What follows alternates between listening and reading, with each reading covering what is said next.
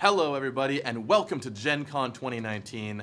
I'm Gavin Verhey. I'm joined here by the indomitable Melissa DeTora, and we are so excited today to bring you one of the wackiest, wildest events I have ever heard of. I remember when I was in a meeting room, we were all trying to figure out what to do for Gen Con, and I pitched this idea thinking, well, no one will go for this, and everyone was like, maybe we could actually do that. And here we are today doing it. So what's about to happen is we're going to draft a Legacy Cube. And Melissa, if you don't know what Legacy Cube is, what in the world does that even mean? Okay, so first, a cube is a collection of cards that's meant to be drafted. They're usually built around a theme. So, for example, like if you really like Ravnica, you could build a Ravnica cube. But in this case, it's Legacy. So think of Legacy format. So like Storm, Elves, Mono Red. All your favorite Legacy decks are in this cube. And a cube is meant to be drafted. So after you have your collection of cards, maybe it's like 400 cards, 700 cards. About that, you shuffle all the cards, make packs of 15, and then you draft like you would a normal draft. But this is a little different.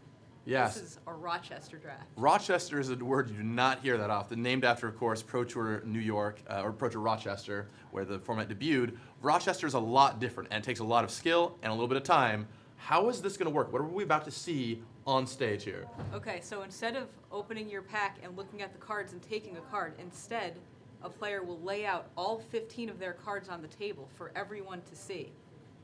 Once that's done, that player is going to select a card, then the player to their left will select a card, and so on, until the eighth player has selected a card. After that, that eighth player will get another pick, and then it'll wheel around back to player one. So we'll see every single booster pack drafted, and because this is Legacy Cube, and we're doing something a little bit special, we are going to draft the entire cube. It's not just 24 boosters worth.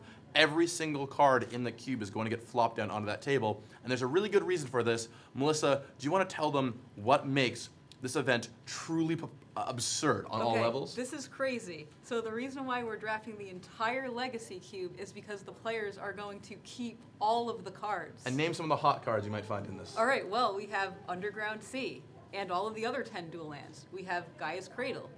We have Tolarian Academy, Yawgmoth's Bargain. Jace the Mind Sculptor. Oh yeah, sure. All the Jaces, in fact, like little Jace. His name's Jace Friends Prodigy, I guess. Now, because it's the Legacy Cube, anything banned in Vintage, I believe, does not show up here. So you won't find any Moxen or anything along those lines. Anything banned in Legacy. Or sorry, anything banned in Legacy. Thank you, Melissa. Yep. But there's still a ton of power in there. These decks are going to end up supercharged and super powered. And Melissa and I are going to be bringing you coverage for about the next 2 hours as the draft unfolds. So kick back, relax, and prepare yourself to witness some truly absurd games of Magic. I'm ready, Melissa. You ready? Oh, I'm ready. All right, let's do this. Going to the table now in 3, 2, 1, go. All right, so we're going to lay out the first 15 cards here. And Melissa, what do we have? I see we've got Avacyn, we've got Fairy Time Raveler, Chain Lightning, Dread Return, Goblin Guide, Bayou. Oh, there's the Bayou. Wretched Confluence. Yep. Bomat Courier.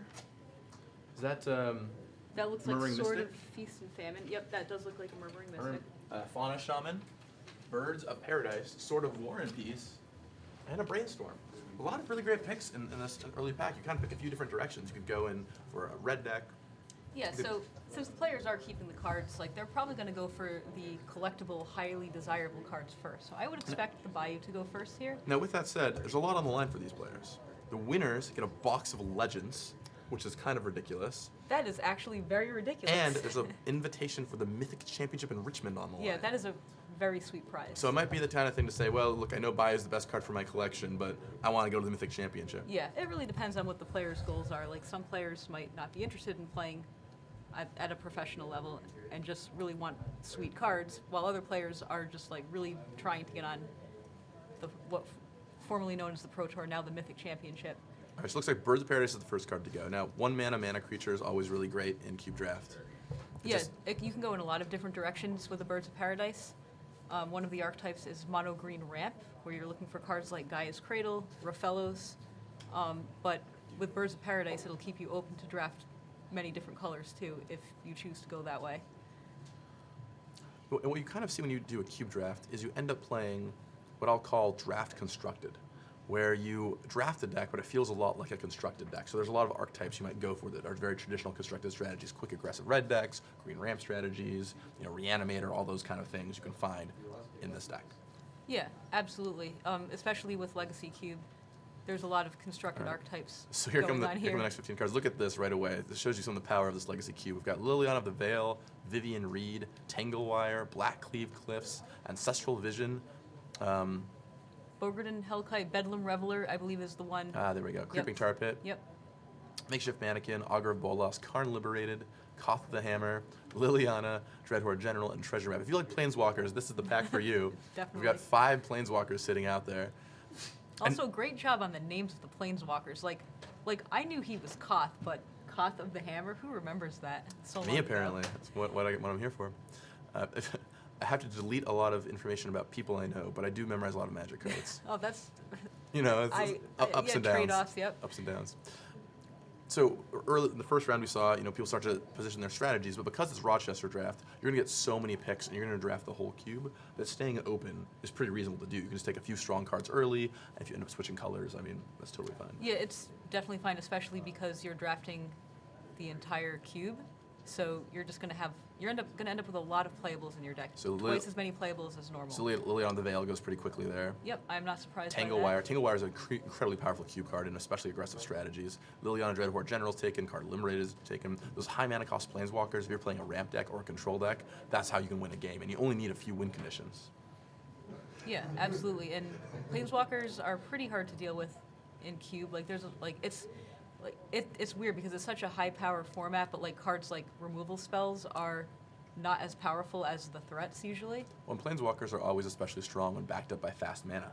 If you're, accelerating into, some cheap green ramp or signets or something into these planeswalkers, that can just close the game very quickly. Right, and I don't believe signets are in this version of the cube, but we do have some ramp like Basalt Monolith, And Mindstone and things. Oh, hey, there. Grim Monolith. Check this out. So we've got Vraska's Contempt, not Ravage's War. What's that card called? Casualties of War. Urza, High Lord Artificer, Yep, Oblivion Ring. Nice to see some Modern Horizons cards in here. Oh, absolutely. They're power level enough. Figure of Destiny, Tundra. That's a nice That's Magic a nice card. one. Great for your collection. Polluted Delta. That's Champion of Wits, Elspeth Knight Errant, Very nice. Hangerback Walker, Pestermite. And this is a brand new card from Core Set 2020, actually. That's why I don't recognize what it is. I know what it is. It has Teller in the name or Tail's End. Tail's End, right? Tail's End. Okay, so this is a new counterspell that targets it counters a legendary creature or activated ability. Yeah. I believe. Sylvan Caryatid, Hedron Archive, and Baleful Strix. So quite a bit of power in this pack. Notably, too, one thing you'll find in these cubes, because you're building all these strong archetypes from Magic's history, is there are combos built in. So if you take that Pestermite, you may also go ahead and find a Splinter Twin later on. Yeah, but the problem with that is this is Rochester draft, which means everyone knows that you took this Pestermite. So if a player to my left took a Pestermite and I have the opportunity to take a Splinter Twin away from that player, I am probably going to do it. I don't want to lose to the Splinter Twin. A lot of hate drafting happens in Rochester draft because you have perfect information. In a normal draft, you might say, "Oh, I'll pass a Splinter Twin and maybe won't get to the Pestermite player." But here, you know exactly who's got that, provided you have it memorized. Yeah, this is probably why I wouldn't expect to see very many combo decks in this draft. Some other combo decks we could expect to see is Storm. Storm is a really fun deck to draft, but very hard to make it work. And that's incredibly late Elspeth Knight Errant. I mean, that card is so powerful. It really is. In a white control deck, in a white aggressive deck. For a long time, that was the strongest white planeswalker ever, and it still might be. Yeah, I think you could maybe make an argument for Gideon, Champion of Justice, as the other one. Is there another one you were thinking of? Or was it Gideon, Ally of Zendikar? Ally of Zendikar, sorry. Yeah, That's what I meant. the one that makes the 2/2 for 0 loyalty. There goes my track record of naming these planeswalkers correctly. It's But- fine. There have been so many Gideons. I totally understand. Well, no, there'll be very few in the future. Coming up now, we've got Poor Karakas, Baneslayer Angel. For those who don't know, Gideon is dead. Spoilers. We've got Karakas, we've got Baneslayer Angel. If you like Bane, we've also got Bane Fire. We've got Pelucranos, Ulamog, the Ceaseless Hunger. That's the new one from Battle for Zendikar. New in quotation marks, I suppose. We've got Sarah the Benevolent, Shardless Agent, Ugin the Spirit Dragon, Falcon Wrath Gorger, Explore, Steam Vents, Hour of Devastation, Remove Soul, Cloud Goat Ranger, and Fact or Fiction. Nice. So once again, you see these strategies are really branching out. You could pick cards for a blue control deck, like Remove Soul or Fact or Fiction. You could continue to grab mana fixing in that Steam Vents. If you want to fill out cards for your ramp deck, you've got both some great fatties to ramp into in cards like Ugin, as well as Explore, which is a hot card to take. Yeah. And now, Melissa, if you're drafting a ramp deck, do you generally like to take the acceleration first or the big threats first? It depends what the big threat is. In this case, I think Ugin is such a strong payoff for a ramp deck that I would just take the Ugin and say, yeah, I don't care if I need fixing. Ugin is my ultimate payoff. So I would just take the Ugin here. I'm always into taking cheap to cast spells just because I feel like I can only play a few big spells in my deck, but I love ramping. But then, of course, I have the problem sometimes where I've got one thing to ramp into and you draw 8 rampant growths and it's not the best situation. So that's why you're probably a stronger Yeah, key like player. you can argue, oh, I can never have too much ramp, but you have to draw all the cards in the right order. So you have to like draw your lands and your ramp first, and then after you're done doing that, your payoff. And if you have too few payoffs, your deck is just not going to come together. That's an incredibly late Remove Soul. Now, Remove Yeah. Soul doesn't look like a masterpiece card or anything like that. Yeah. But it's a counter spell. It's in just a a lot of blue common, decks. but it's such a strong, like 2-mana counterspells are really strong in this cube. Keep in mind you're drafting what is essentially a constructed deck here. So, okay, we've got Abbot of Carol Keep. We've got Blessed Resolve. Blessed Alliance. Blessed Alliance. Merfolk Looter, fantastic magic card. Sundering Titan, Mere Battlesphere. Sakura Tribe Elder. Search for Azcanta. Compulsive Research. Raphellos, Linowar Emissary. Gristlebrand. Tireless Tracker. Tooth and Nail. Evolving Wilds. Bitter Blossom. And Murderous Cut. So as we were talking about the ultimate payoff for ramp, I think Raphellos is the ultimate payoff, enabler for ramp is what I meant. Like, it's the strongest ramp option. It's pretty easy for him to tap for 2 or 3 mana if you cast Or him. even more. This guy can get ridiculous. So speaking of other payoffs, though, if you don't want to go heavy green, Sakura Tribe Elder is a great selection there. Great 2-mana rampant growth that blocks a little bit. As well as if you want to pay off, Tooth and Nail, hard to get better than that. Like, that's 9 mana, put your best 2 creatures from the battlefield But into play. you also have to have 2 really strong creatures, so that can be a tough one to get to work. Speaking of strong creatures, Sundering Titan, Mere Battlesphere up there. Oh man, Sundering Titan. All right, so that Raphellos goes very early. Sundering Titan is like, this card, it depends on what your deck is doing, like if you're doing like Reanimator or Ramp Out early, but this card can totally hose your opponent. And I'll start to see some of the different strategies here in play here. For example, these 3 blue cards, they're all strong draw spells or ways to help filter in their own way, but they also all put cards into your graveyard. So if you want to reanimate or something down the road, definitely. they're great for that.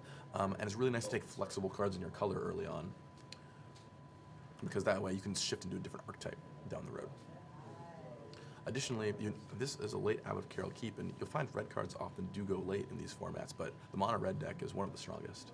Yep, it is a very strong deck, and it's also, you could argue that it's like one of the most boring decks, because all it does is just play creatures and burn your opponent out. So when you're drafting something like Legacy Cube, you want to draft powerful stuff. And a mono red just looks a little bit underwhelming compared to everything else you can do, but it's a really effective strategy, and it wins a lot. Well, speaking of some new cards here, we've got Veraska from Ixalan, we've got Emiria Angel, Demon Lord Belzenlock, Acidic Slime, Emrakul the Promised End, Dismember. Sorry, which member? Dismember. Oh, I great, believe, great. yes. Okay, just making sure. Is that which card is?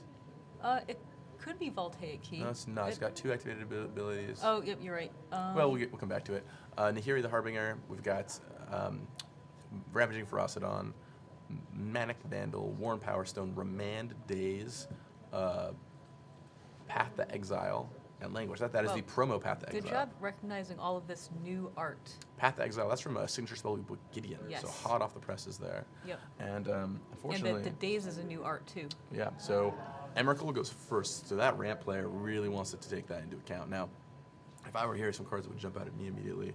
Remand, incredibly powerful cube card. Like, it's great for tempo, great in your control decks. You just want to set a lot of times people spend a lot of time accelerating, you just want to set them back. This Rampaging Ferocidon. Once Very again, powerful card, mono red card. It's another late red card. Standard. But an interesting thing about that is when you're playing Rochester, you know what colors everyone is, and it's very hard for a mono red or even a red-based aggro deck to support 2 players at a table in a lot of cases. So. But they're drafting the entire cube. It's true.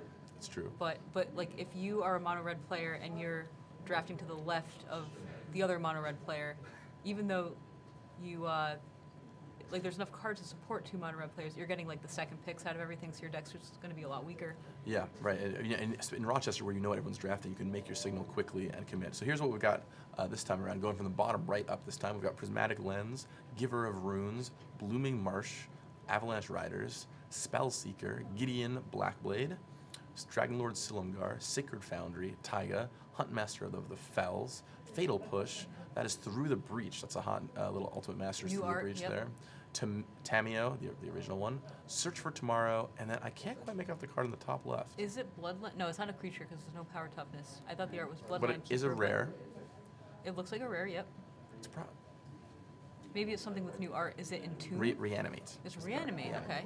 So- Yeah, you know, it's funny. They look like a Reanimate type card, so I was like, oh, maybe it's Entomb, but So the Taiga goes first, a great card for their collection, and also mana fixing, really important cube. Do you want to talk for a moment, Melissa, about how important lands and mana fixing can be yeah, in the sure. cube draft? So in this cube, we have really strong mana fixing. We have all of the fetch lands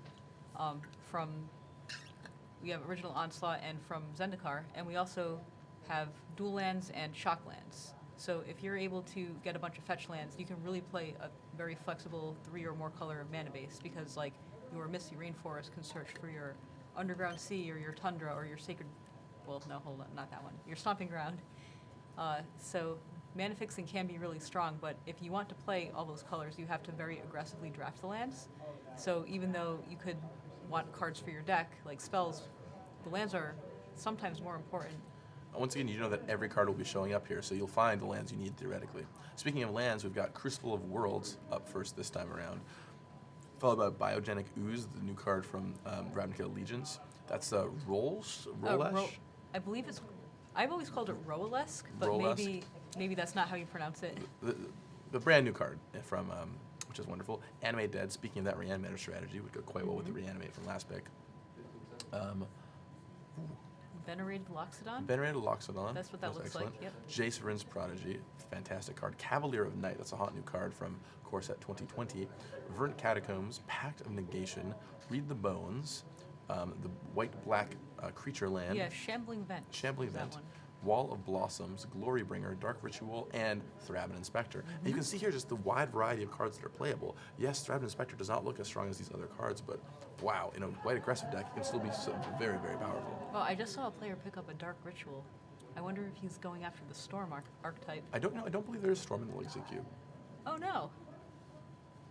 Then what are you doing with Dark Ritual? Casting your spells quicker. Well, yeah, sure, I guess you could do that. It's true that Dark Ritual is a card that the floor is really low and the ceiling is really high. Like if you are comboing with it or accelerating something out that's strong, it can be really good, but it's a tricky to make work sometimes. We'll see if they manage to pull it off. Oh, we got some lands to Well, start look at all things off these here. lands. We've got Botanical Sanctum, Overgrown Tomb, Misty Rainforest, Vendelian Click, Raging Ravine, Into the Royal. What is that next card, Melissa? That is Bedevil. Excellent. Basalt Monolith, Solemn Simulacrum, Char, Magma Jet, Teferi, Hero of Dominaria, Doomblade, Chandra's Phoenix, and Overgrown Battlement. All right. We've got a lot of sweet lands for your mana fixing over here. That Teferi of Hero of Dominaria is looking pretty nice too. I mean, the thing is you have to be blue-white to play it, but it's really good. That's a card in Standard right now that is just tearing up the format. That and his little brother, the Time Raveler. Yep, both powerful standard cards right now. It's really pretty sweet, actually, how a lot of standard cards end up in this cube. The Legacy format, it's so hard for new cards to affect the Legacy format because of how high-powered it is. So if we can get like a couple cards to affect Legacy, like we've usually succeeded, and like Little Teferi is doing a pretty good job of that, but a lot of the cards end up making it in the cube as well. Well, and the thing about Cube 2 is it's singleton. You won't see anything twice, so you need a lot of redundant effects to make your decks work sometimes. And having a bunch of Planeswalkers, for example, is a great way to do that. Because at some point, if you're ramping into a quick Planeswalker, which Planeswalker it is quickly becomes a lot less relevant than, okay, I played a Planeswalker 2 turns early.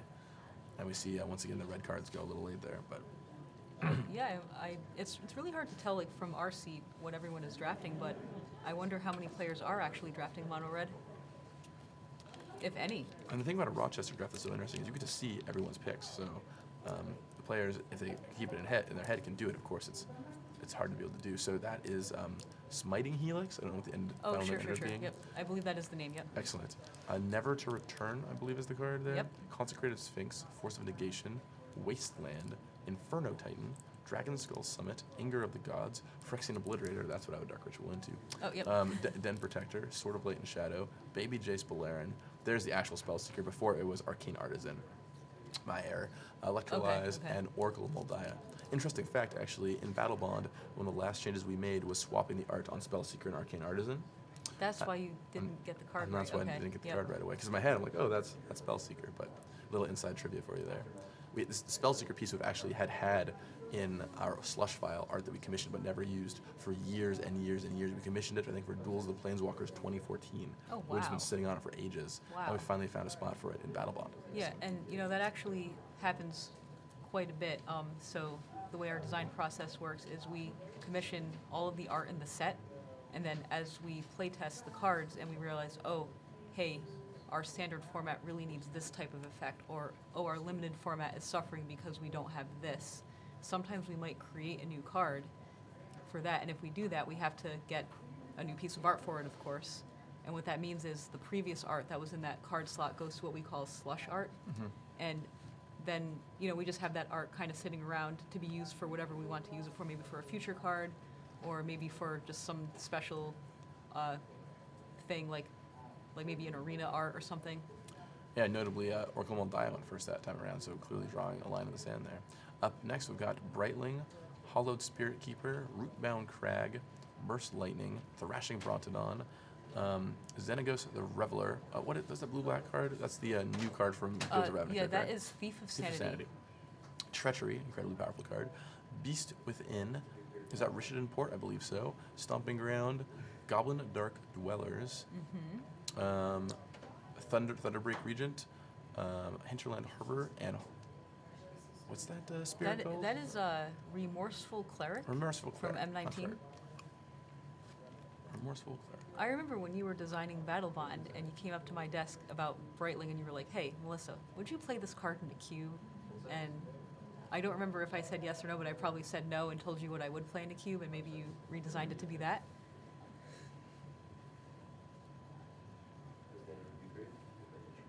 Ooh, the Treachery goes first, one of my favorite cards to draft in cube. Very, very powerful.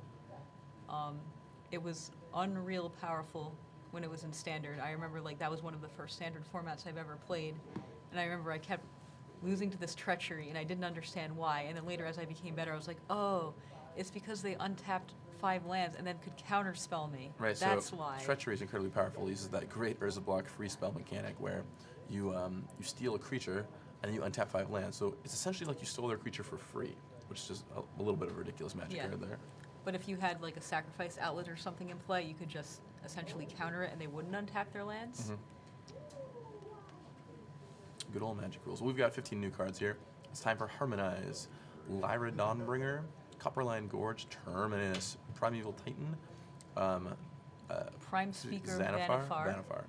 Close. Murderous Red Cap, good old Dreadbones. Gutterbones. Excuse me. It might have been called Dreadbones in playtesting. Frost Titan, Mutavault, Brain Maggot, Containment Priest, Geralf's Messenger, Lotus Cobra, and Phyrexian Revoker. Now, notably, one thing you always notice about a cube is there are all these heavy black mana cost commitment cards. So if you take the Obliterator or something. Yeah, so one of the archetypes that's present in this cube is Mono Black Devotion. So with that, you're looking for the cards with all of the black mana pips. We like to call them Geralf's Messenger has 3 black pips, and earlier we saw Phyrexian Obliterator that had 4. And you have 2 main payoff cards for this archetype that we have not seen yet. One is Grey Merchant of Asphodel, and the other is Nyx the Land. Nykthos. Nykthos. You're not that far off. I almost called it Journey into Nyx, but that is a set, not a magic card. Look at all these powerful magic cards just getting eaten up. And the thing about these black cards, their mana costs are so prohibitive that if you are in that strategy, they will often just come around to you. Noting that, of course, in a Rochester draft, people will know if you are playing that deck and can maybe hate draft you. And hate drafting, by the way, in Rochester, a lot more reasonable because, and in this format in particular, because you're going to see so many magic cards that losing 1 pick is such a small price to pay. Yeah, but it's also a very hard decision for the player. Do I hate this card or do I take a card for my deck? And Rochester Draft, I think, is one of the most skill testing formats that we have. And I think that's one of the reasons why we no longer do it anymore. One, because it's very inaccessible. You have to be a really strong player, like really good at Magic and really know the format really well to do it effectively. And the other reason is it just takes a really long time. Yeah, it does take a really long time, as we will learn today. But in the meantime, we will learn, or as we already know, as these players will learn. We've got Snapcaster Mage, Sunpetal Grove, Shelldock Isle, Tristani, Reclamation Stage, Woodfall Primus, Grim Monolith, Needle Spires, Grave Titan, Slaughter Pact, a brand new Chandra from Core Set 2020. Awakened Inferno, I believe, is the name of that one. Great naming, Melissa. Lava Claw Reaches, Smuggler's Copter, Incubation Druid, and Grave Crawler. Now, Melissa, Shelldock Isle is not a card. This is a Legacy cube. But Shelldock Isle's never seen really much play in Legacy. Oh, yeah, sure. What's the story about that card? Okay, so this card has Hideaway. So what that means is you get to look at your top 4 cards, select from it, and put the card underneath it. And the way that you can cast this card for free is if a library has a certain number of cards or less. And since this is a limited format of 40 cards, you're going to just have a naturally smaller library than in Constructed. So the Shelldock Isle, not only is it a land, but it just gets you a free card that you can play for free without paying its mana cost. Especially like a big blue-green creature or an upheaval or yeah, anything like an that. Ulamog or something. Right, and it's pretty easy to get down below 20 cards. You start at 33 so you keep a 7-card hand. Yep. And since you're playing blue, you probably have a lot of draw spells in your deck. And cantrips and all kinds of stuff. Who knows? Look at those green-white cards going late. That might tell us something. Yeah. What's the last pick land? You don't see that every day. But if no one needs it, no one needs And it. they were all green and white, so maybe there are no players who are in green-white in this cube. Well, there's a brand new Modern Horizons card. Hex Drinker is here. Yeah. Followed by This guy Kozilek. could get protection from everything. Yes, and if you just spend your first few turns leveling him up, it's pretty easy to start running away with the game. Kozilek, Butcher of Truth is here, followed by Anguish Unmaking, Wickerbow Elder, Sylvan Library. That's Rurik Thar, Unbound, or the Unbowed. Everflowing Chalice. This next card... Is that the collective? Yeah, Collective Defiance. Red card. Collective Defiance, I believe. That is the next one is the Amonkhet zombie that returns from your graveyard to the battlefield. Yeah, Dread Wanderer. Dread Wanderer, Sweltering Suns, Falconwrath Aristocrat, Moloku, the Clouded Mirror. That one is. I'm blanking on the name of this one. It's a hero. Is it Hero of Precinct 1? No. This is from Rise of the Eldrazi. From Rise of the Eldrazi. This is the 1-mana level up creature. I can't remember the name of it. Is Scholar of something. Well, is it the Student? Student of Warfare. But is that the card, though? Student of Warfare, absolutely. Look at that level up text box. Student of Warfare. I was looking at the one. and then Hero of Precinct 1. I was looking at the one to the right. You were correct. The one to the right is Hero of Precinct 1. Wow, I was just totally looking at the wrong card there. But A yeah, lot that of is great Student cards of to read Warfare. here. Absolutely. Apologies if we don't get the cards right away. We're looking at it from very far away and using our best honed Magic card reading skills to tell you what's going on. Yeah, we cannot read the names or the text box well. We are solely relying on the art because we can barely even see the mana costs. But fortunately, we've got our best 2 people on it when it comes to reading cards from a long distance away. Do you think we're the best 2 people at Gen Con to do this? You know what? Let's just say yes. And, Yeah, I mean, show confidence. I'm not sure. I'm sure there's lots of people who've been playing Magic for, since the game came out. But you and I, with our professional backgrounds, will tell us a lot. Speaking of some hot new cards, now that's a riff on Deranged Hermit. It's a brand new card from Modern Horizons right there. Make some squirrels. I do not know the name of it, but yeah, it has Vanishing. Correct. Yep. Walking Ballista, Fight with Fire, Mull Drifter, Conclave Tribunal, Buried Alive, Whip of Erebos, Grim Lavamancer, Hissing Quagmire, Wake Thrasher, Yep. Wake Crasher or Wake Wake Thrasher. Okay. Preordain, Mind Shatter, Steam Vents, Inquisition of Kozilek, and Go for the Throat.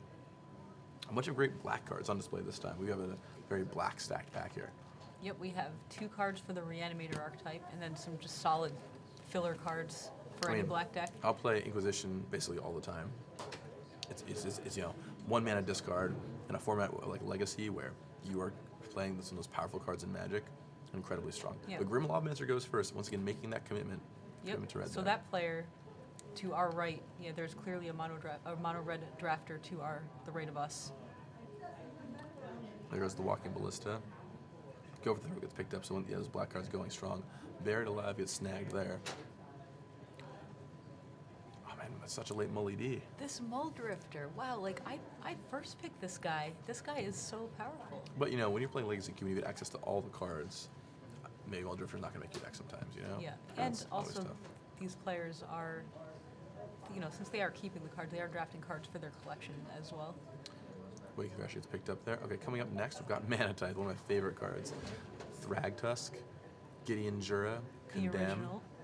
Searing Spear, Wall of Omens, Seraph of the Scales, Mystic Confluence, Chandra Torch of Defiance, Kiki Jiki Mirror Breaker. We found Fibblethip. Oh, there he is. Hi, Fibblethip Fibblethip. Colossus is here. Knight of Autumn, Sora of Temptation, Terramander, and Time Warp. So a lot of good blue stuff floating around this time around. And can you talk to me for a second, Melissa, about why Mana Tithe is such a delightful Magic card? Well, delightful is kind of a stretch, in my opinion. I don't know how delightful it is, but Mana Tithe is a color-shifted Force Spike. So it can counter a spell unless the opponent pays 1. And this card can just totally get you if you don't see it coming. Because normally in draft you like to play your cards on curve, and you just don't even think about cards like Mana Tithe and just tap out to play your stuff every turn. So one player could just tap everything except 1 mana to play something important, and then keep Mana Tithe up and just totally hose the opponent. But the downside is, once the opponent knows it exists, they will just play around it forever. And interestingly, in Rochester Draft, you know which player has it, provided that you're paying enough attention. Now, granted, there's a ton of information to remember here. Remembering what everyone else has is going to be tricky, but you will know if they take it potentially. I would definitely earmark that in my head. Yeah, that is one that just feels bad to lose to.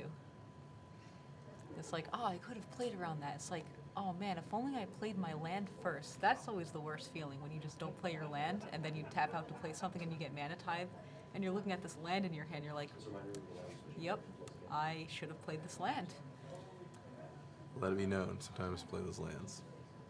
All right, here we go. So now we are switching out something here very quickly. Players' decks are definitely shaping up. I mean, we've seen a lot of powerful cards flip so far. It's a little difficult to track who exactly has what, but okay, here we go. The next round: Fire Drinker Satyr, Sword of Blood and Malice, I believe, is the new on that I believe one. that is the new one. Gideon, Hero of Zendikar, there he is. We talked about that earlier. Speaking of new exciting cards, Renin 6 here.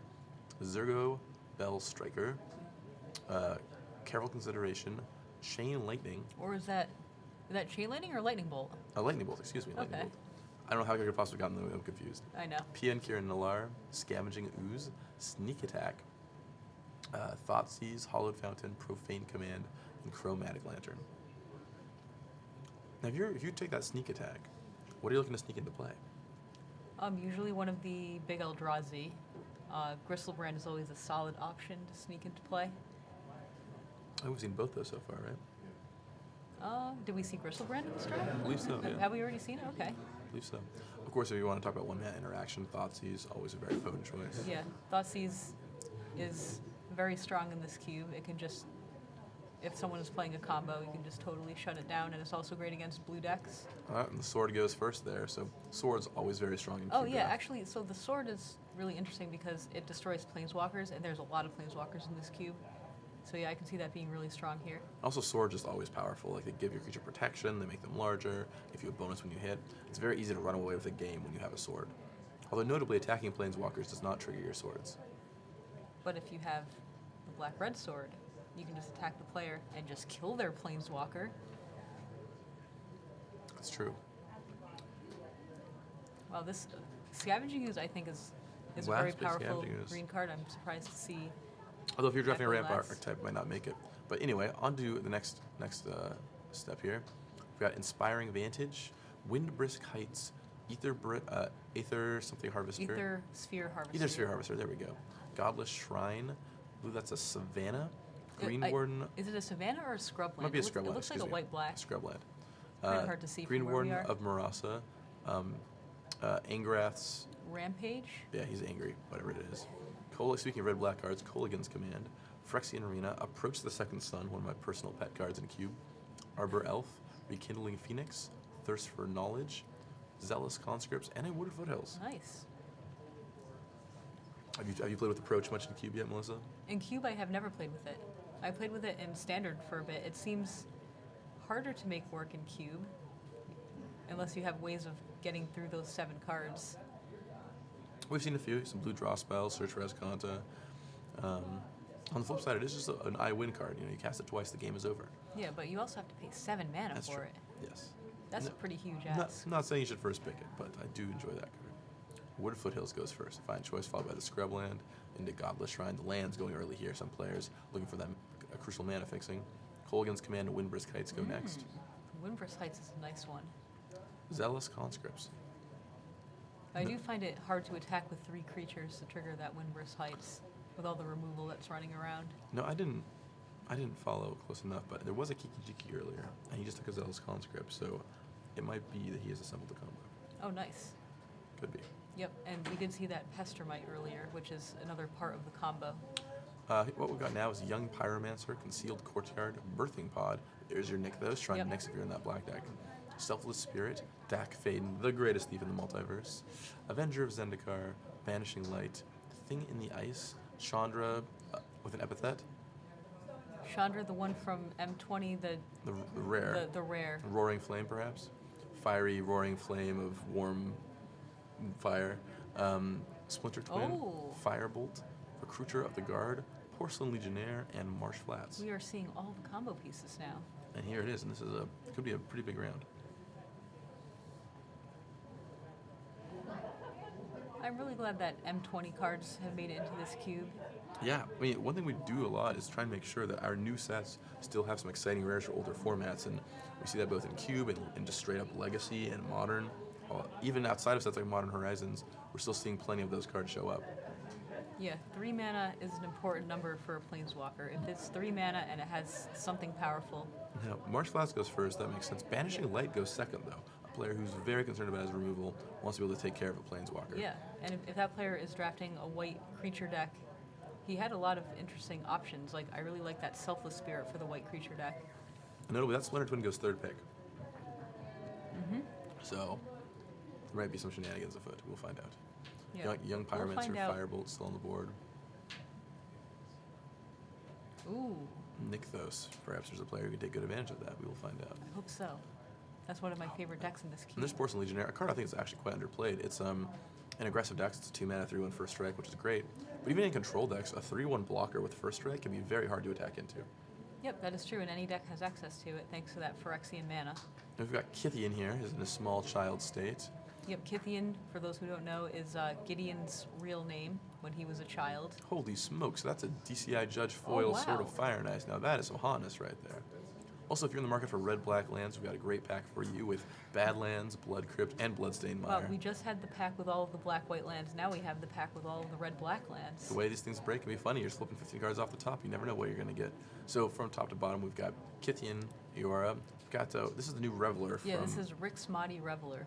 Rick's Mighty Reveler, Sword of Body and Mind, and Sword of Fire and Ice, which are both fantastic. And that Sword of Body and Mind Yep. goes first. Badlands, Blood Crypt, Bloodstained Mire.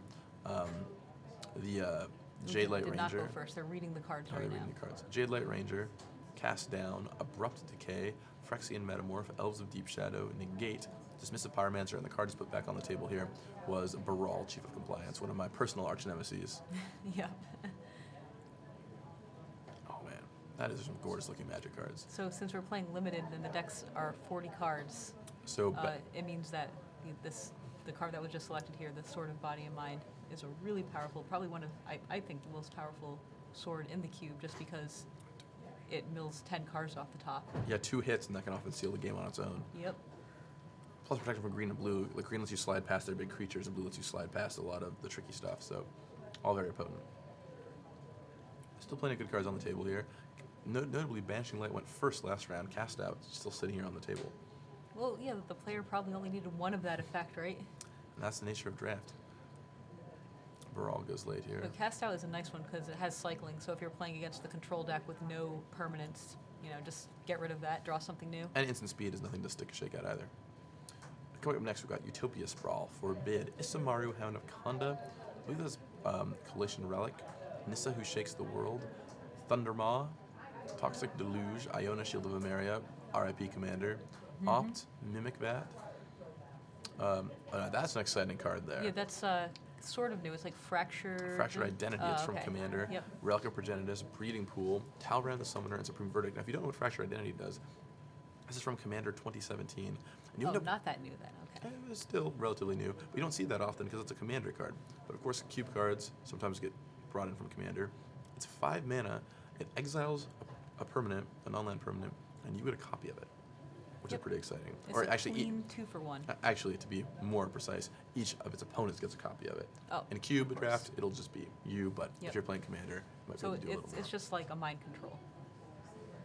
But it exiles any permanent, right? So you can get their planeswalker and then No, non-land exi- permanent, I Yep. believe. So but yeah. exile their planeswalker and then you get it, or exile their treachery, perhaps. So Iona goes first, and to me that's a sign of someone reanimating. Mimic goes next. Nissa Shakes the World, maybe for a ramp deck over there. Utopia Sprawl, another great 1-mana accelerant, always fantastic in cube. Yep. You just need to have a forest. Forbid coming up next, followed by that Fractured Identity if you're a blue-white player. I think that player got the Teferi earlier too, so that's Oh, pretty nice. That is nice. Toxic Deluge Ops is here. Breeding Pool goes late to fix their mana. And 2 strong white and red cards still left on the table here. Relic of Progenitus goes next, Talrand, and we're going to have a last pick of Samaru. Poor little legendary Samaru. At one point, such a powerhouse. We've come a long way.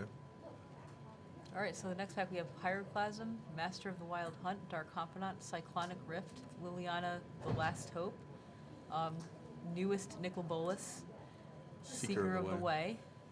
This one looks like Spectral Procession, Faith's Fetters, Call of Courting, Llanowar Elves, Emrakul, Lingering Souls, Tormenting Voice, and the one that destroys an artifact or enchantment, but the name is escaping me.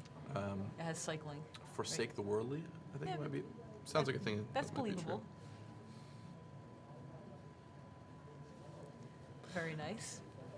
All right, you're looking at that Emrakul there. Lots of cards that combos with. Notably, it doesn't not work in the reanimator strategy because it shuffles back in, at least most of the time. It doesn't, but we did already see a sneak attack and a Through the Breach. Absolutely. Emrakul literally in the artwork for Through the Breach. That's a little hot to about how to play that card there. And I love that we were able to redo that art with Nahiri summoning Emrakul to Innistrad. Oh, That's great. that's so sweet. All right, so those cards go pretty quickly there. It's economically powerful, but not quite commander level powerful here. Actually, only one opponent to bounce all their permanents up. Court of Calling goes next. Nor Elf. I love those 1-mana green mana accelerants. It takes Yeah, we already saw Birds and Utopia Sprawl. Cyclonic Rift, and there goes the Emrakul. Someone snags it and is excited. Lingering Souls if you're into a tokens-based strategy. Also just a great control card too. Seeker. And we also have the Spectral Procession here for the tokens player if they want it, if it comes back to them. Pyroclasm, Master of the Wild Hunt. Wow, late stuff going on here. That's late Spectral Procession. We got this Last great pick, Spectral sideboard Procession. card. I love me a Spectral Procession. But that's the thing about Cube, you can't play them all. Mindstone, excellent card. Gilded Lotus, Artifact Ramp is on its way. Supreme Will, Recurring Nightmare. Talk about a ridiculous magic card, Recurring Nightmare. Yes. Carnage Tyrant, Vampire Nighthawk, Mishra's Factory, Ashiok, Spell Skite, Spellskite, yep. Revelark, Engineered Explosives, Mirari's Wake, Tropical Island. Nice. The other cards that have not been mentioned because we couldn't see it is Experimental Frenzy, and this is Whisperwood Elemental. Yep. One that manifests at the end of each of your turns. Very powerful card. Great. I love these kind of like mid-range green creatures to ramp into. Gives you some card advantage right away. It's great.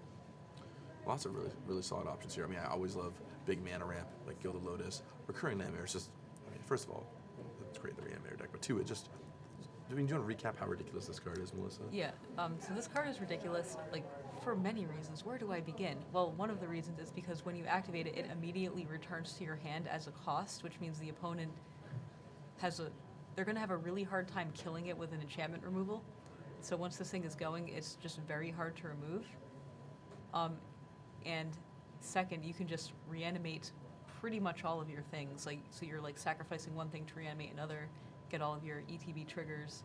This card was really popular in Standard in Living Death decks that played lots of ETB effects, like Get Two Slinger and Yavimaya Granger and Deranged Hermit and stuff. And you were just like, all right, sack this, get a Deranged Hermit, get all these squirrels. Okay, next sack this, get this guy. And The last pick, Mishra's Factory. I mean, that's a card that, in basically in any two-color aggressive deck, I would always play that. For the most part. If I in don't aggressive play it, decks, I'm for sure, basically- it can be really hard to play when you're more than two colors, though. Agreed. So coming up next year, what's that green card on the top left, Melissa? I don't actually know. Well, we'll start reading off the other ones, and maybe Yeah. it'll come to us. Rampaging Baloths, of course, Seachrome Coast, Star of Extinction, poor dinosaurs. Well, Primal Command in the top left with some of that hot new artwork. New art. That's why. We That's got why we didn't know. Aurelia, Exemplar of Justice, hanging out over there. Is that Vindicate? I believe that's Vindicate. Yeah, I right think there. it's a new art Vindicate. Yep. Oust, the Whirler Rogue. Rogue, Rogue. Farseek, Shriekmaw, Terastodon, Manalik, Goblin Creature Maker, Temporal Mastery, and, of course, everyone's favorite, Hostage Taker. Isn't everyone's favorite? I love taking hostages. Don't quote me on that, though. That feels like I could go right. Hopefully no one's... Gavin, out of context. I love hostages. This goes to show the range of cards. For example, Whirler Rogue did not see a lot of standard play even, but it's just so good in some of the token strategies here, so good with artifacts, So good with recurring nightmares. so good with Recurring Nightmare. And, we kind of build the archetypes into this format, so you can move between a lot of them. So if you want to play like a white-blue tokens deck or a blue-red tokens deck or whatever, there's all kinds of options to make that work. Blue-black tokens even, I've seen happen before, so. It's also just a great sideboard card in your control deck against like a white weenie deck. Mhm. It just gives you 3 creatures. Right? If they have a bunch of 1 toughness creatures, you can do some pretty savage blocks. And Oust going late here. I like Oust. I think Oust is okay. I am not surprised that it went last. Yeah, in this format where you're drafting all of the cube, Oust is probably not making your deck. Considering Although it we is are good- drafting all of the cards. Although it is a good answer to people cheating in fatties, that's for sure. If they True. spend an anime dead on or something, yikes. Oh, Mindslave, one of my Great for favorite the Magic sideboard. cards.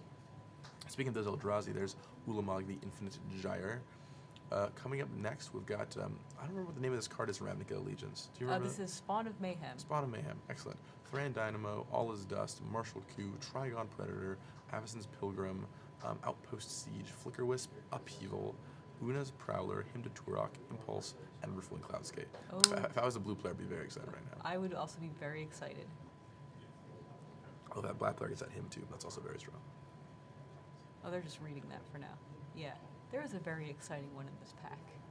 I'm not going to say what it is because I don't want to give anything away Yeah. to our, because like our drafters are pretty close to us right now. But one of my And there goes the both, Ulamog. both I believe favorites and least favorite I cards. believe that's the sneak attack player that gets the Ulamog there. No, he's still just looking at it. The thing about Ulamog is it's multi-purpose. You can sneak it in, but it's also one of the cheapest for one of the cheapest to cast in a ramp deck. Avacyn's Pilgrim goes first though. This green mana elf so strong.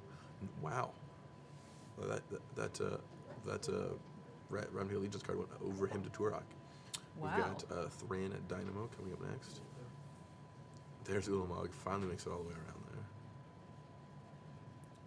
A bunch of great cards. I personally, you know what card I love that no one's taking is Riftwing Cloudscape. Oh yeah, Card that's a card's solid one. excellent. Yep.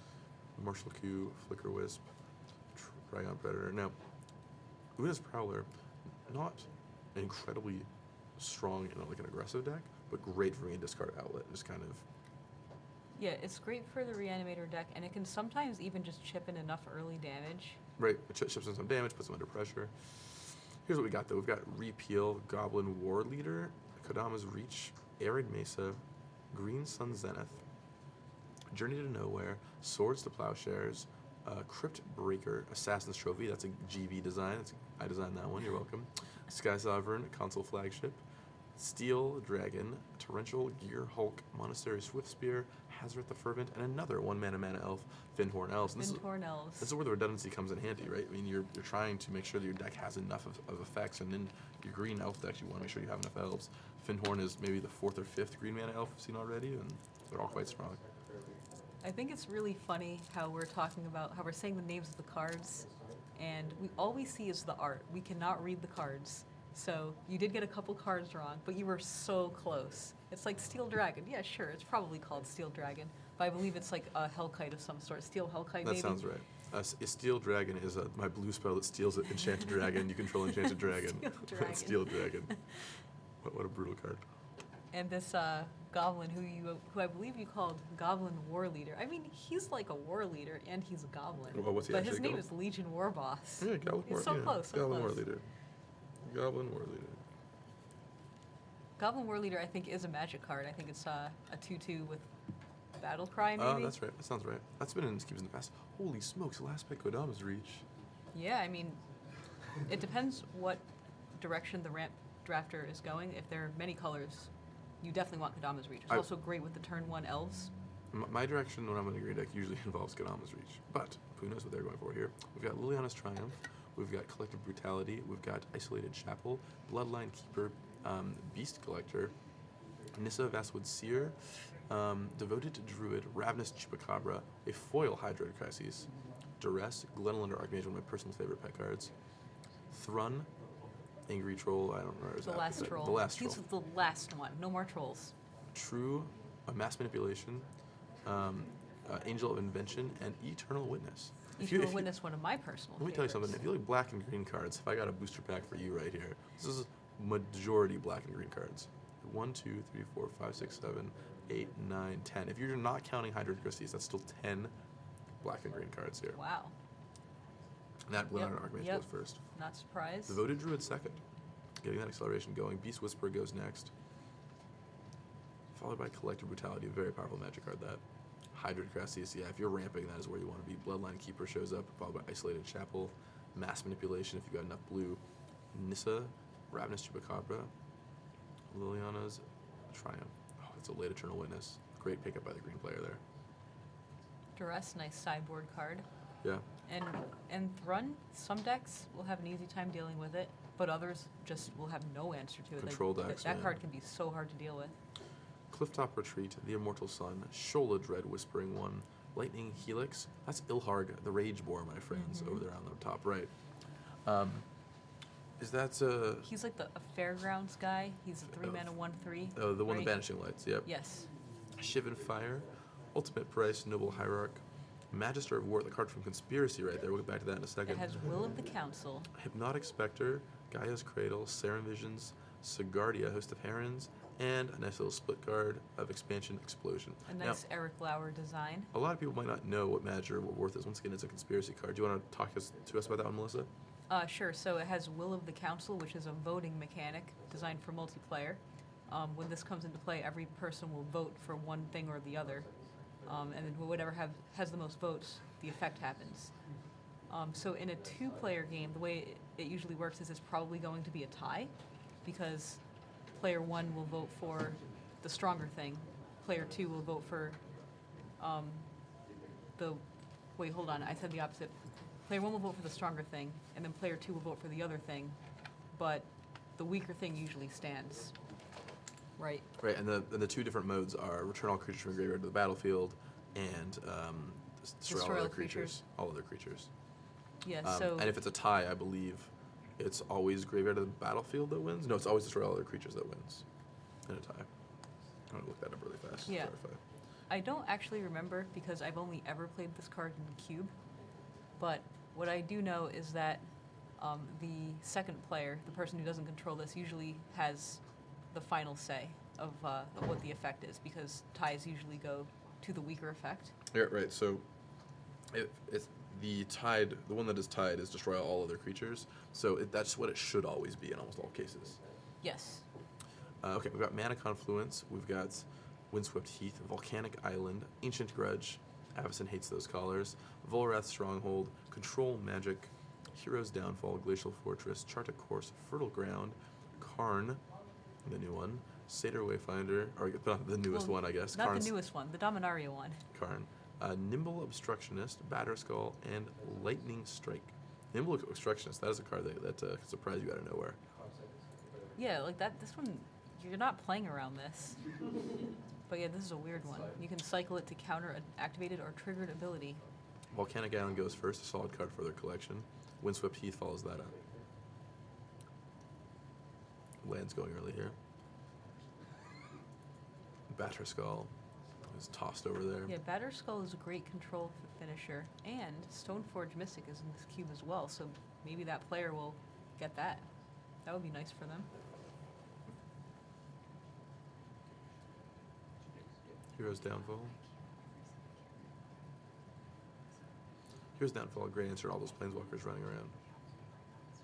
Yep, we have a card for the Reanimator deck in Satyr Wayfinder. Chart, of course, is also great for the reanimator Ancient deck. Grudge, great sideboard card. Absolutely fantastic sideboard card there. If they were playing an artifact heavy deck, man, you can do some pretty slick stuff. Yep, like if they have multiple swords. Oh yeah, as some of these players might with all these artifacts.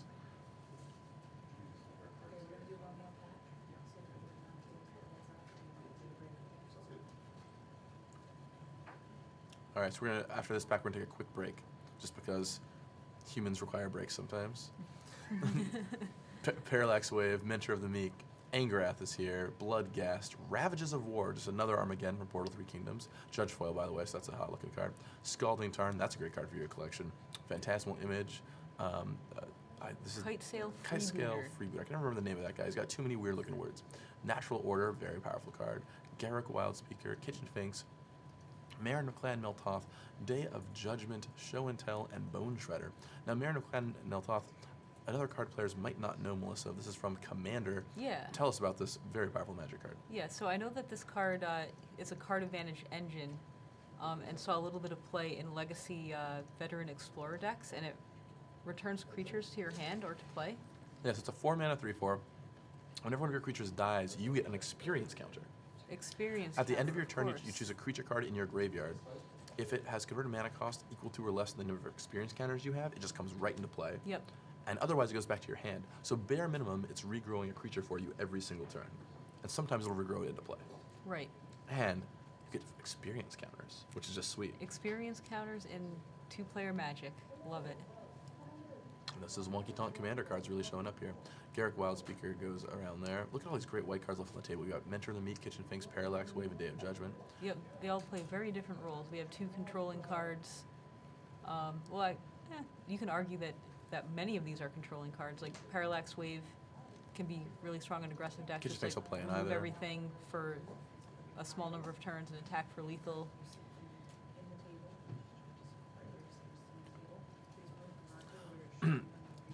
Now, the players are going to take a quick break here. A couple notes I want to give to you. First of all, people have been asking, are we going to be able to see these games? Oh, we are Are we going going to be able to see these games? And the answer is yes. We've set up, we've got great commentators lined up. It's not just Melissa and I yabbing at you the whole time. We've got the likes of Hall of Famer Mike Turian. We've got the indomitable Jace himself, David McDarby. We've got Ethan Fleischer, masterful designer right there. Literally a great designer, as it turns out. Almost the greatest designer, but not quite. And of course, you've got Justin Parnell, who is a Cube mastermind. He was on our panel yesterday, an introduction to Cube Draft. So you can expect to have those all lined up. The games, if you want to watch them, will not be on this channel. They won't be on the Gen Con channel.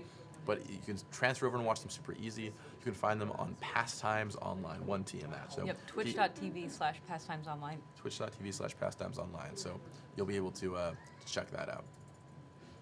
So Melissa, we're about, I don't know, maybe halfway into the draft. I would would you guess say? about halfway through. Let's say about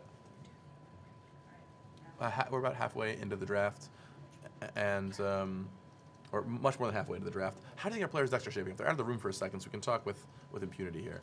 You know, it's really hard to tell how our friends are doing here because we can't, like, we can kind of see what they're drafting, but like we don't actually know what's in their decks because we're just kind of watching hands grab cards and stuff. But from what I saw, it looks like we do have a mono red player. Yep. We do have some kind of reanimate player who's been picking up like the animate deads and reanimates and stuff. The Splinter Twin combo is here. We saw almost all of the pieces. We've seen the Pestermite, the Splinter Twin, Kiki Jiki. Zealous Conscripts. Yep. We've also seen a sneak attack and a bunch of Eldrazi pass around, so there's Yep. some little cheat in there. And the Through the Breach. Now that could all be in the Reanimator deck. We're not really sure who has all those cards, but they all exist. There is an equipment deck. We've opened multiple swords, and those are desirable cards.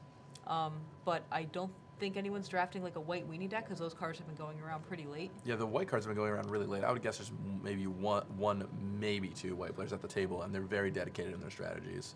There's a white-blue player, I think, that took that Banishing Light pretty early. Yep, and there is definitely a blue control player because we've seen like Mana Leak, we've seen Teferi, Muldrifter, Treachery, so blue control decks are here. Although not as many blue control decks as I would expect. I think, there's maybe one, maybe two styles there. Another thing we've seen is there's a player who's been aggressively taking those mana elves. They want all the Absence Pilgrims. They want for all sure. the Linor elves. Yeah, the Raffellos. And that Mantle Green deck, it can be so strong. The thing you have to be careful about is drawing the wrong mix of cards. If you draw like Forest, Rafellos, Elf, Big Fatty, you are in great shape.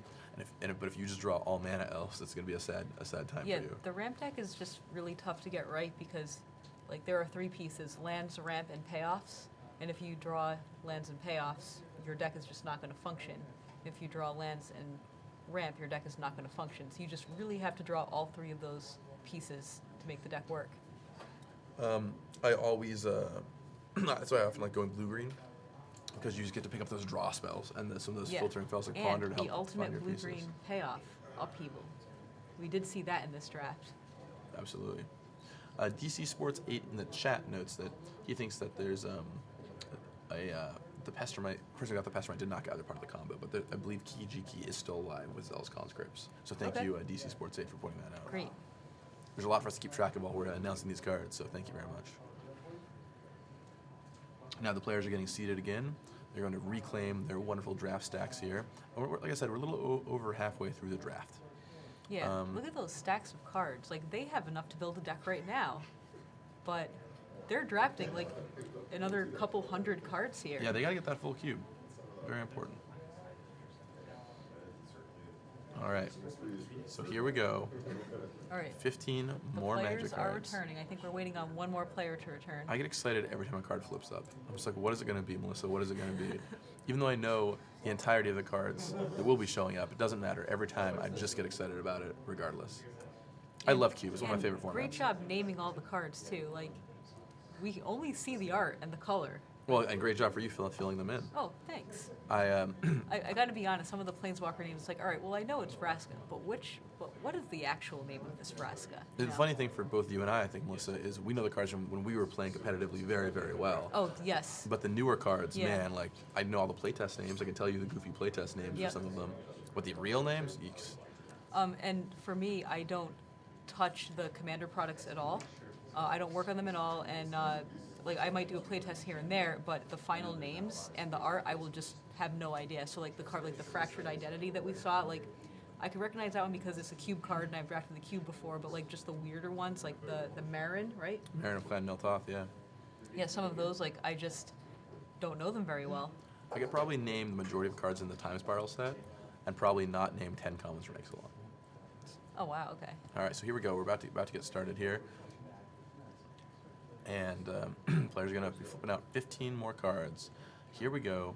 Players have taken their stacks back. We are back into the draft. We're starting off with a Duplicant, Pack Rat, extremely powerful card. That Cold Steel Heart, a nice little mana accelerator. Rotting Regisaur. A new one, Rotting Reggie. That's a new card. Mike Turian design. He's been mentioning that all weekend. Cursor of Crufix, Deceiver Exarch. That's notable. We've got Deafening Clarion, Sun Titan, Dark Slick Shores, Umazawa's Jite, Flooded Strand, Plow Under, Nicol Bolas. The original Planeswalker, in fact, Nicol is Bolas. his epithet there. Counterspell and Hornet Queen. Wow. That is a hot looking pack. A lot of different things for a lot of different strategies. The card that I think is really important in this pack is this Deceiver Exarch here. If that gets to the player who has those other combo pieces, then he's going to have a really strong deck. Notably, though, of course, very powerful cards. Umazawa's Jite, one of the most powerful equipments ever made. Also in Q, man, Plow Under in a quick green aggressive deck is just absurd. Oh, this card can be so brutal. I remember when this was in Standard, and if you Plow Under'd and then did a second Plow Under, how does your opponent recover? They're down 4 lands, and then they're forced to draw all these lands. All right, so the picks got made there. Jite went first, understandably so. Deceiver Exarch is over there, which I believe got hate drafted, is my understanding. 'Cause the player, then comes Cursor of Crufix. Dark Slick Shores go over there on the wheel. When I draft Legacy Cube, I like drafting just like crazy control decks, and sometimes if my fixing is good enough, I can get this Nicol Bolas. It's really expensive, but really powerful if it resolves. I remember one time, you can't do it in this cube, but I drafted a Storm deck that also just like, well, let's add Nicol Bolas in here, and some games would storm them out, and other games would be like, turn 2, ritual, this is Nicol Bolas. Coming up next, we've got Celestial Colonnade, Bonfire, Roast, The Steamkin. Steamkin. Runaway. That guy can run away with games. We've got Thalia, Guardian of Threadman. This is the deal 3 or deal 4 for 3. Deal 4 can't be countered. Exquisite Firecraft. Exquisite Firecraft. Force of Will. Underground Sea hanging out there. That's a nice a one. very desirable card. We've got Necromancy, Elish Norn Grand Cenobite, Necrotal, Man o' War, Visions pulling in some weight right there. Dreadhorde Arcanist, and that's a new card from War of the Sparks that's been doing some great work. Craterhoof Behemoth, and a card I designed. Oh, nice. Monastery Mentor. Kind of a fun story there. I submitted it as almost exactly as it got printed, except it was 1 white. I went through so many changes. At one point we tried it at 2 mana, at one point we tried it at 4 mana. At one point they tried it as a blue enchantment, then an artifact. Wow. And eventually it ended up almost exactly the card I submitted. So Underground Sea and Force of Will go first there. No real surprises on that end. Necromancy gets picked up perhaps by the Reanimator player. The blue-white control deck is looking really nice. The chat is asking why the Craterhoof Behemoth is foreign, and my answer is you try assembling a full Legacy cube. There's a few cards here that are off the beaten path. We saw that, of course, that Judge Foil sort of Fire and Ice earlier, and Yeah, we also saw the 8th edition white bordered Plow Under, hey, as opposed to the Urza's Legacy beautiful one. ain't no shame in a little bit of white border. Okay, so now we are switching the direction, and we've got a Midnight Rider. Reaper. Midnight That's Midnight fine. Reaper. It's writing something. Dragon Lord Close enough. Atarka, Drowned Catacomb, Lightning Greaves, Commander staple right there. Field of Ruin, Bloodbraid Elf, incredibly powerful magic card. Plateau, Tithe Taker, Night's Whisper. That card at the end there is a Living Death, which could be quite potent. Oh, that's a new art one. I didn't recognize that card. Deep Analysis, Wormcoil Engine. This is a brand new card, Knight Captain of Eos. Yep. Elspeth, Sun's Champion, and Goblin Rabblemaster. Yeah, the Knight Captain of Eos has been seeing play in Modern lately. The Death Shadow deck has taken on a new form and is now a Mardu Death Shadow deck with this card in it. Very nice. Well, You can search up the Death Shadows pretty easily. and it was custom made for Modern, right? You've got, it came out in Modern Horizons to really shine in that format. Yeah. And not, of course, to Ranger of Eos, which was the invitational card of Olivier Ruel back in the day. Yes. All right, so here comes, yes, the dual land goes. That makes a lot of sense. The big question with the Blood Red Elf to me is there a player who can play it? And because if there's no red-green player, well, it's going to be hard. And we see Elspeth Sun's Champion. Yeah. And Go there. red-green is one of the weaker archetypes in the cube, and also when you are playing like a green-based deck, it's usually ramp. Right, So Bloodbraid Elf is pretty weak in that deck because you're going to usually cascade into more ramp. right. The number of times I've been excited about it and hit like a Linoir Elf. It's Oh just yeah, I always disappointing. hit like a Utopia Sprawl whenever I play it. Oh, there's that last one, the last play pro Blood Red Elf. Yeah, Yep. and there's no red-green player. It's not going to make it. So sad. Armageddon. Armageddon. City of Brass, nice little white border City of Brass. Gatekeeper Malakir, if there's a mono black deck. Incinerate, Flame Tongue Kavu. Sorin, is it the Grim? Oh, I don't know which Soren, what his real name is. I'm gonna bet One he of the I'm Sorens. gonna bet it makes vampire tokens. Garrett Relentless, Rampant Growth, Kira Great Glass Spinner, Miscalculation, a little counterspell with cycling there. Awakening Zone, Brimaz, King of Oreskos, Land Tax, Geist of Saint Traft, and Genesis Wave. And if you're just joining us right now, I want to remind you, what these players are doing is they're playing Legacy Cube Draft, a very powerful format. They get to keep all of the cards, which is just extraordinary, Yeah, truly and outrageous. they're drafting the entire cube. Usually when we do cube drafts, you just draft 3 packs per player. Here we're drafting the whole cube. So these players are going to end with like 80 cards in their pile, have to build a 40-card deck, and they And just get to keep everything. And what are they playing for? Well, they get all these great Magic cards, of course, but additionally, the winner gets an invite to the Mythic Championship in Richmond and a sealed booster box of English Legends. Wow, that's a crazy prize. What an And- absurd And event. to get here, each of these players had to win an individual tournament during the weekend of Gen Con. Right, So these players already won something. They won their tournament. Right, there were 8 qualifiers throughout the weekend in a variety of formats. You could qualify in Constructed, Modern, and so on. You could also qualify in Limited, playing Modern Horizons or any number of other sets. All right, and notably, by the way, in this pack, that was a Sorin Solemn Visitor from Khans of Tarkir. That was the card there. Nice. The one that you could emblem right away, I think. Yeah. It gave you an emblem with +1/+0 to your creatures. I think that's sort of Sorin Lord of Innistrad. But Okay. Maybe. I am just getting my Sorens confused. Well, All these 4-mana Sorens. So many 4-mana Sorens, so little time, that kind of thing. Well, out with the old, in with the new. Let's talk about Ajani Vengeant, Looter Ilkor, the new Niv Mizzet, that's some hot stuff, Siege Gang Commander, Rattleclaw Mystic, Tassiger the Golden Fang, Yawgmoth, Master Physician, Stirring Wildwood, Exhume, very important card here, Unexpectedly Absent, Drana, Butcher Malakir, Sin Collector, Treetop Village, Faithless Looting, and Glorious Anthem. This white-bordered 7th edition Glorious Anthem. When I started playing, that's what I was casting, or some Glorious Anthems that look like that, and I liked it. I had no problem with that. When I started playing, I was casting the Urza Saga version of Glorious Anthem. I thought this card was awesome. I was playing the Savannah Lions and Urza Saga Glorious Anthem and Worship. Glorious Anthem goes third in this pack. There's a white aggressive player. And the thing is, and sometimes in a draft, or Rochester draft especially, you end up with enough just late pick white cards. Maybe you're like, well, I'm just gonna move in on this thing, right? Yeah, it's possible that I just wasn't drafted in the first 2 or 3 packs, and then one player's like, no one's doing this. I'll do this. That's a late Faithless Looting potentially there. Looks like probably no blue-red deck that can support that Niv Mizzet. Although someone had a Chromatic Lantern earlier.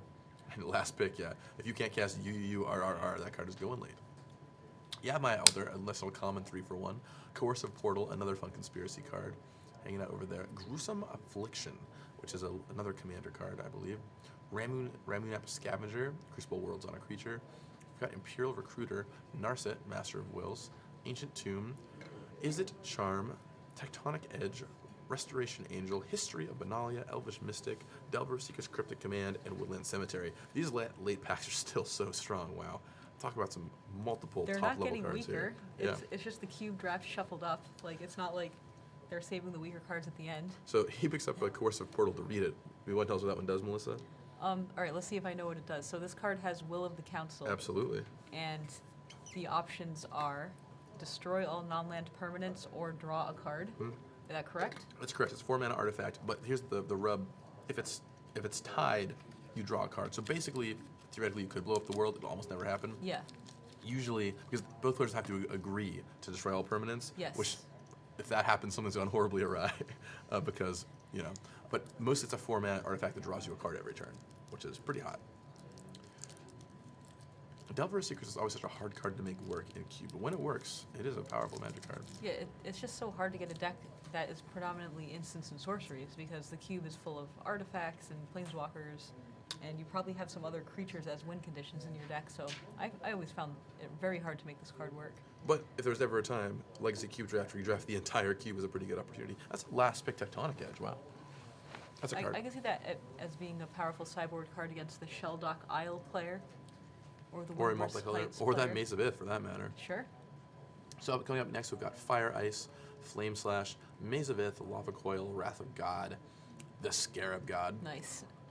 Anafenza, Kin Tree Spirit, Greater Gargadon, Deranged Hermit, Rift Bolt, a little planeswalker called Jace the Mind Sculptor. So little. Garruk the Primal something, Unburial Rites, Garruk Apex Predator, and Edric Spymaster of Trust. Now, cards you have to be eyeing here right away are, of course, that Jace the Mind Sculptor. Oh yeah, Jace is the most powerful card in the pack, for But sure. Not to be underestimated, the red player may want that Rift Bolt. Any player could take that Maze of Ith and play it pretty successfully. I bet this Jace goes first.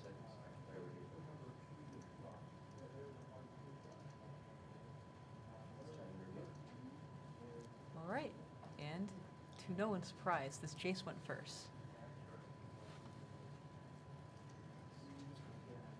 Unburial Rites for the Reanimator player, very nice. Oh, the Ramp player took the Garruk, the black-green Garruk. It's a little surprising. It's a 7-mana Garruk, and this 5-mana Garruk is decently stronger, I believe. But maybe the GGG and the casting cost was a bit much for that player. But if you're that green Ramp player, wow, that card can be impressive. What if this player did he get both? He might have gotten both.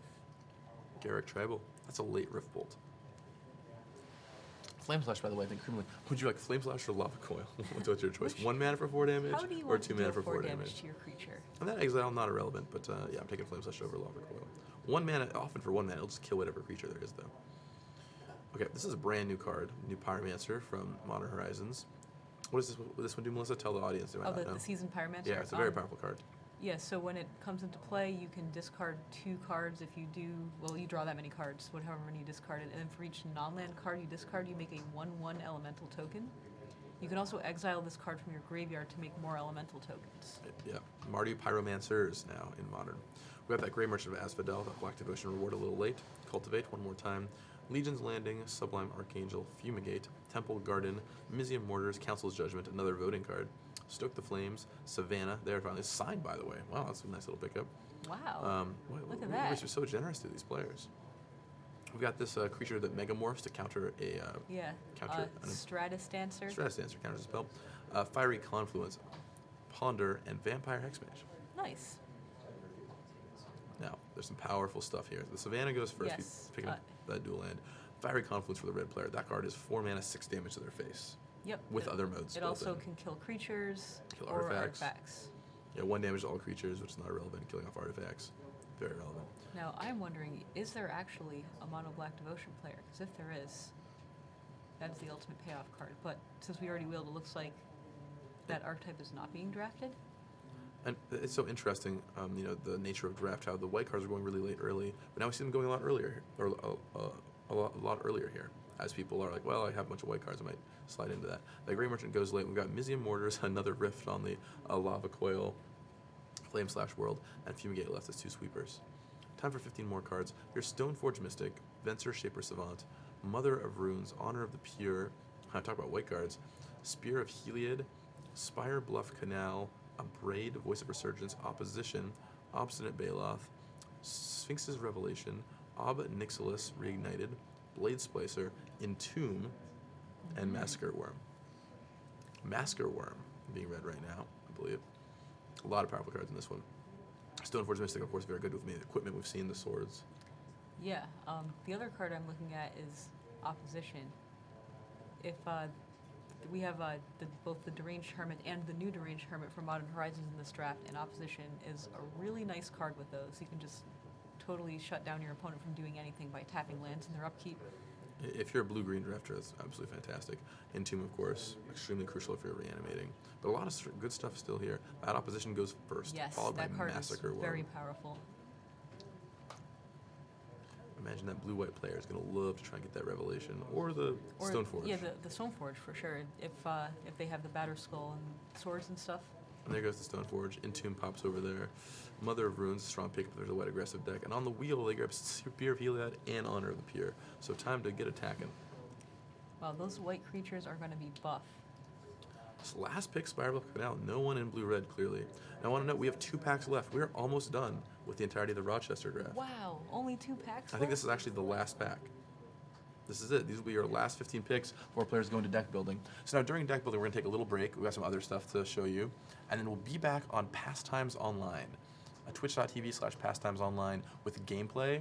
And you're going to not want to miss that after watching this whole draft. These decks are going to be banankers, which is not even a word. That's how wild it's going to be. Yeah, exactly. Like, we have to make up words just to describe how crazy these decks and games are going to be. And speaking of wild magic cards, we've got Hero of Bladehold, we've got Horizon Canopy, Theomancer, another wild commander card, Jiraga Tree Speaker, Wandering Fumarole. Yep.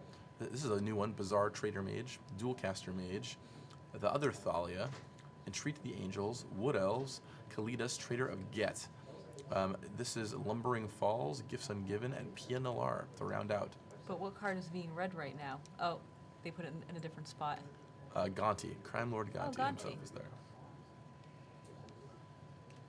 And Gifts Ungiven goes first. Wonder if that player got the Unburial rights. I think they did, actually. There wasn't a burial rights in the draft, and I'm pretty sure it was taken from generally the same side of the table. The combo, of course, is you gifts for just Unburial rights and a creature. You can find 2 cards from both in your graveyard, and you're good to go. Big question, Melissa. What is the last pick of the draft? What do you think is going to be The last pick of the draft, I believe, will be the Hero of Bladehold. I'm thinking Wonder Fumarole. Oh, nope, I was wrong there. Someone else wanted that. Hero's not Hero either. All right. It's the It's Dualcaster the Mage. Dualcaster Mage. All right, everyone. Well, that's it. We somehow did it. We've Rochester drafted the entire Legacy Cube. Yep, and all these players are now proud owners of all the cards that they drafted. But it's not quite over yet. These players still get to play because the winner ends up with a box of Legends, a sealed booster box of English Legends, plus an invite to Mythic Championship Richmond. Wow. So there's a lot left to go here. We're going to come back at around noon at twitch.tv/pastimes online. That's PASTIMESONLINE. You will not want to miss it. You're going to have two great commentators kicking things off. I believe it's going to be Mike Turian and Melissa. No, it's No. going to be Ethan, I believe. Oh, sorry, Yep. Ethan Fleischer and Mike Turian to kick things off. Might be some rejiggering of that, but regardless, two Magic luminaries will be talking about it, and we will be talking all about these players' decks too. I'm very curious to go see how they all turned out. So, without any further ado, thank you all for watching. I'm Gavin Verhey on behalf of Melissa DeTora and all of us at Wizards of the Coast. We're so excited you tuned in for this. We'll be back at noon with more coverage on Pastimes Online. Don't miss it. I hope you've been enjoying Gen Con coverage. Coming up next, we've got Dwarven Forge at 12 p.m. on this channel, so you won't want to miss all the great stuff they have, and you will see that happening then. Take care and have a great rest of your Sunday wherever in the world you are. Bye, everyone.